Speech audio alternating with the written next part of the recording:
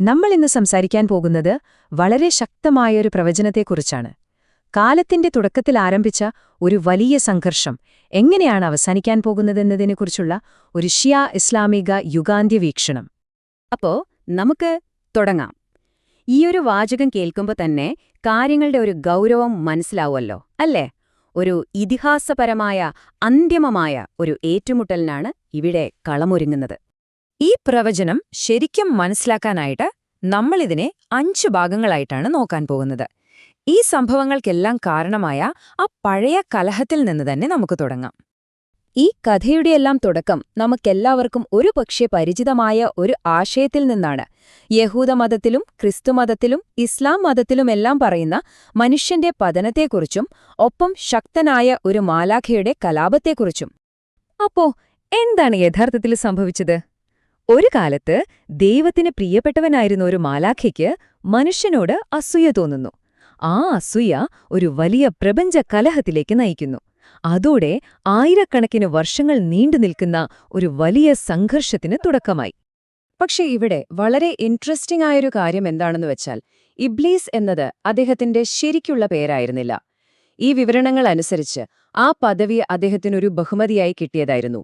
അദ്ദേഹത്തിന്റെ പതനത്തിനു മുൻപ് ലഭിച്ച ഒരു ആദരസൂചകമായ പേര്. ഇനി നമുക്ക് അടുത്ത ഭാഗത്തേക്ക് പോകാം.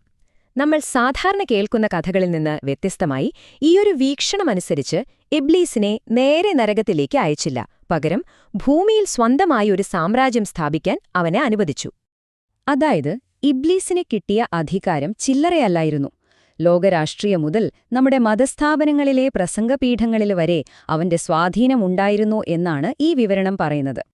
അവന്റെ രാഷ്ട്രീയ ശക്തി എത്രത്തോളം ഉണ്ടായിരുന്നു എന്നറിയാൻ പുതിയ നിയമത്തിലെ ഒരു സംഭവം മാത്രം നോക്കിയാൽ മതി. ലോകത്തിലെ സകല രാജ്യങ്ങളുടെയും അധികാരം യേശുവിന് വാഗ്ദാനം ചെയ്യാൻ മാത്രം അവൻ ശക്തനായിരുന്നു.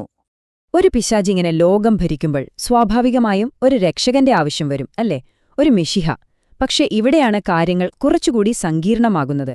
കാരണം മിശിഹ ആരാണ്, എന്താണ് ചെയ്യേണ്ടത് എന്നതിനെക്കുറിച്ച് ഈ 3 മതങ്ങൾക്കും വ്യത്യസ്തമായ കാഴ്ചപ്പാടുകളാണുള്ളത്. അപ്പൊ നോക്കൂ, ഇവിടെ 2 കാഴ്ചപ്പാടുകൾ തമ്മിലുള്ള പ്രധാന വ്യത്യാസം എന്താണ്? ഒന്ന്, ഈ ലോകത്ത് നീതി സ്ഥാപിക്കുന്ന ഒരു രാജാവിനെക്കുറിച്ചാണ് പറയുന്നത്. മറ്റൊന്ന്, പരലോകത്ത് രക്ഷ നൽകുന്ന ഒരാളെക്കുറിച്ചും. ഇവിടെയാണൊരു പ്രധാന ചോദ്യം വരുന്നത്. മിശിഹായുടെ ഭരണം വരാനിരിക്കുന്ന ലോകത്താണെങ്കിൽ പിന്നെ ഈ ലോകത്ത് നീതി സ്ഥാപിക്കും എന്നൊക്കെയുള്ള പഴയ പ്രവചനങ്ങൾക്കെന്താണ് പ്രസക്തി? യഹൂദ ഇസ്ലാമിക വീക്ഷണങ്ങളിൽ ഈ ലോകത്ത് വന്ന തിന്മയെ തോൽപ്പിക്കാത്ത ഒരു മിശിഹ എന്ന ആശയത്തിൽ ചില പ്രശ്നങ്ങളുണ്ട്. അതവരുടെ അടിസ്ഥാന സങ്കല്പങ്ങൾക്ക് ചേരുന്നതായിരുന്നില്ല. ഇവിടെയാണ് ഈ വിവരണത്തിലെ ഇസ്ലാമിക കാഴ്ചപ്പാട് വരുന്നത്. യഹൂദ ക്രിസ്ത്യൻ വ്യാഖ്യാനങ്ങൾക്കുള്ള ഒരു തിരുത്തലായിട്ടാണ് ഇതിനെ അവതരിപ്പിക്കുന്നത്. അപ്പോ ഇവിടെ ഏറ്റവും പ്രധാനപ്പെട്ട കാര്യം എന്താണെന്ന് വെച്ചാൽ, ഈ ഒരു വീക്ഷണം യേശുവിനെ തള്ളിക്കളയുന്നില്ല. പകരം അദ്ദേഹത്തിന്റെ ദൗത്യത്തെയും ജീവിതത്തെയും മറ്റൊരു രീതിയിൽ അവതരിപ്പിക്കുകയാണ് ചെയ്യുന്നത്. ഈ തിരുത്തലുകളിൽ ചില പ്രധാനപ്പെട്ട കാര്യങ്ങളുണ്ട്. യേശു യഥാർത്ഥത്തിൽ കുരിശിൽ മരിച്ചിട്ടില്ല. പകരം മറ്റൊരാളാണ് ആ സ്ഥാനത്ത് വന്നതെന്നാണ് ഇതിൽ പറയുന്നത്. ഇത് ക്രിസ്ത്യൻ വിശ്വാസത്തിന്റെ അടിത്തറയെ തന്നെ ചോദ്യം ചെയ്യുന്ന ഒരു വാദമാണ്. അപ്പോ യേശുവിന്റെ ദൗത്യം പൂർത്തിയായില്ലെങ്കിൽ ആരാണ് ആ ജോലി തീർക്കുക? ഇവിടെയാണ് ഖായിം എന്ന പ്രവചനത്തിലുള്ള ആ വ്യക്തി രംഗപ്രവേശനം ചെയ്യുന്നത്. ഖായിം, അതായത് ഉയിർത്തെഴുന്നേൽക്കുന്നവൻ. അദ്ദേഹത്തിന് ഒരൊറ്റ ലക്ഷ്യമേയുള്ളൂ, വളരെ വ്യക്തവും ഭൗതികവും അന്തിമവുമായ ഒരു ലക്ഷ്യം: പിശാചിനെ ഈ ലോകത്തിന്റെ അധികാരത്തിൽ നിന്ന് എന്നേക്കുമായി തുടച്ചു നീക്കുക. ഇനി വരാനിരിക്കുന്നത് ആ അവസാനത്തെ ഏറ്റുമുട്ടലാണ്. അത് വെറുമൊരു ആത്മീയ യുദ്ധമല്ല. ഖായിം ഉയർത്തെഴുന്നേൽക്കുന്നു, ഇബ്ലീസുമായി നേർക്കുനേർ വരുന്നു, അവസാനം അവന്റെ തലയെറുത്ത് ആ ഭരണം അവസാനിപ്പിക്കുന്നു. വളരെ നാടകീയമായ ഒരന്ത്യം. ഇവിടെ നമ്മൾ ശ്രദ്ധിക്കേണ്ട ഒരു കാര്യമുണ്ട്. ഖായിം യേശുവിന്റെ എതിരാളിയല്ല, നേരെ മറിച്ച് ഒരു സഖ്യകക്ഷിയാണ്.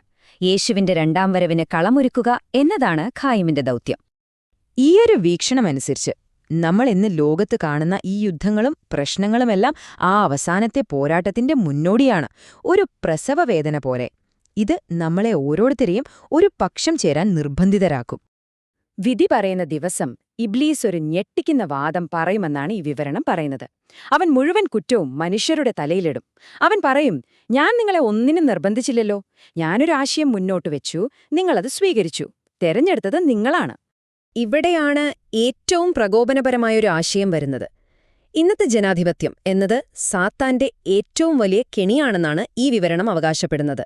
കാരണം തിരഞ്ഞെടുക്കാനുള്ള സ്വാതന്ത്ര്യം നൽകുന്നതിലൂടെ നമ്മുടെ നാശത്തിന് നമ്മൾ തന്നെയാണ് ഉത്തരവാദികൾ എന്ന് വരുത്തിത്തീർക്കാൻ അവന് കഴിയുന്നു. അപ്പോ ഇത് നമ്മളെ ഒരു അവസാനത്തെ ചോദ്യത്തിലേക്കാണ് കൊണ്ടുപോകുന്നത്. നമ്മുടെ ഓരോ തിരഞ്ഞെടുപ്പും ഈയൊരു പ്രപഞ്ചയുദ്ധത്തിൽ നമ്മൾ ആരുടെ പക്ഷത്താണ് എന്ന് തീരുമാനിക്കുന്ന ഒന്നാണെങ്കിൽ, നമ്മൾ ഓരോ ദിവസവും ചെയ്യുന്ന കാര്യങ്ങൾക്ക്, നമ്മൾ പടുത്തുയർത്തുന്ന ഈ ലോകത്തിന് യഥാർത്ഥത്തിൽ എന്താണ് അർത്ഥം?